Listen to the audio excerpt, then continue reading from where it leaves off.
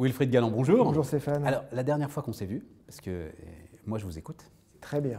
C'est très très bien. Scrupuleusement. Je vous en félicite. Je prends des notes. Je vous incite à continuer. Ça ne se voit pas, mais je prends des notes. Vous disiez, on ne bouge pas. C'est vrai.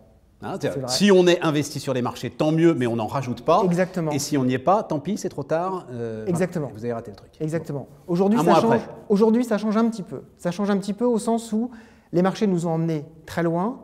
Il est important maintenant d'être sûr qu'on ne se surexpose pas. Donc le message, c'est plutôt un petit message de prudence. Restez exposé bien sûr, mais commencez à prendre des profits parce qu'à un moment donné, il sera important d'avoir du cash pour profiter des opportunités. Ah, dites donc. Eh oui, eh oui. Alors mais attendez, on commence à sortir. Là. On commence à sortir un petit peu. Vous savez, on avait parlé des trois moteurs. Vous vous souvenez des trois moteurs? Le moteur monétaire, le moteur économique, le moteur microéconomique. On a ces trois moteurs qui se sont très bien allumés, c'est formidable.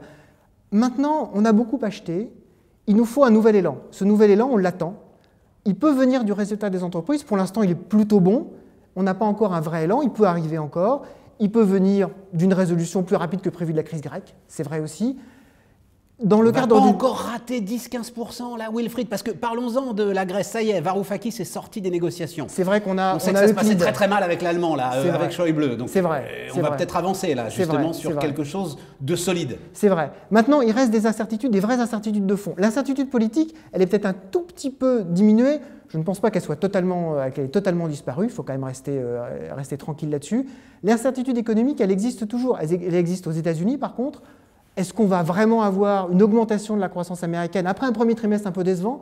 Est-ce que du côté des émergents, on va sortir de cette espèce de marasme? Donc l'économie européenne va mieux, c'est vrai, mais on reste certes positif, mais là, les marchés nous ont emmenés extrêmement loin. Oui, mais ces questions-là, elles nourrissent les flux sur l'Europe. Si on reste juste sur l'Europe, Wilfried, question sur la croissance américaine, hop, on bascule vers l'Europe. Question sur ce qui se passe en Chine, même si là, on est dans une exubérance assez étonnante, hop, on bascule vers l'Europe. Tout ça, c'est bon pour l'Europe. C'est peut-être pas le moment de sortir. Alors tout ça, c'est très bon pour l'Europe, mais globalement, on a aujourd'hui beaucoup acheté la croissance européenne. Est-ce que la croissance va être encore plus importante que ce qu'on avait anticipé? C'est la vraie question.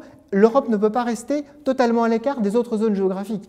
Le PIB européen est très exposé à la fois à l'Amérique et aux émergents, beaucoup plus même en proportion qu'aux États-Unis. D'autant que, très court, mais les mouches vont changer d'âne, c'est-à-dire la Grèce s'éloigne, la Grande-Bretagne arrive? Exactement. La Grèce s'éloigne, la Grande-Bretagne arrive, on va avoir les élections, on va peut-être avoir ce qu'ils appellent un hung parliament, un parlement suspendu, c'est-à-dire la difficulté à trouver une coalition, avec donc des incertitudes, et donc peut-être un référendum ou pas, ou en tout cas un changement de politique du côté des États-Unis et probablement du côté de la Grande-Bretagne.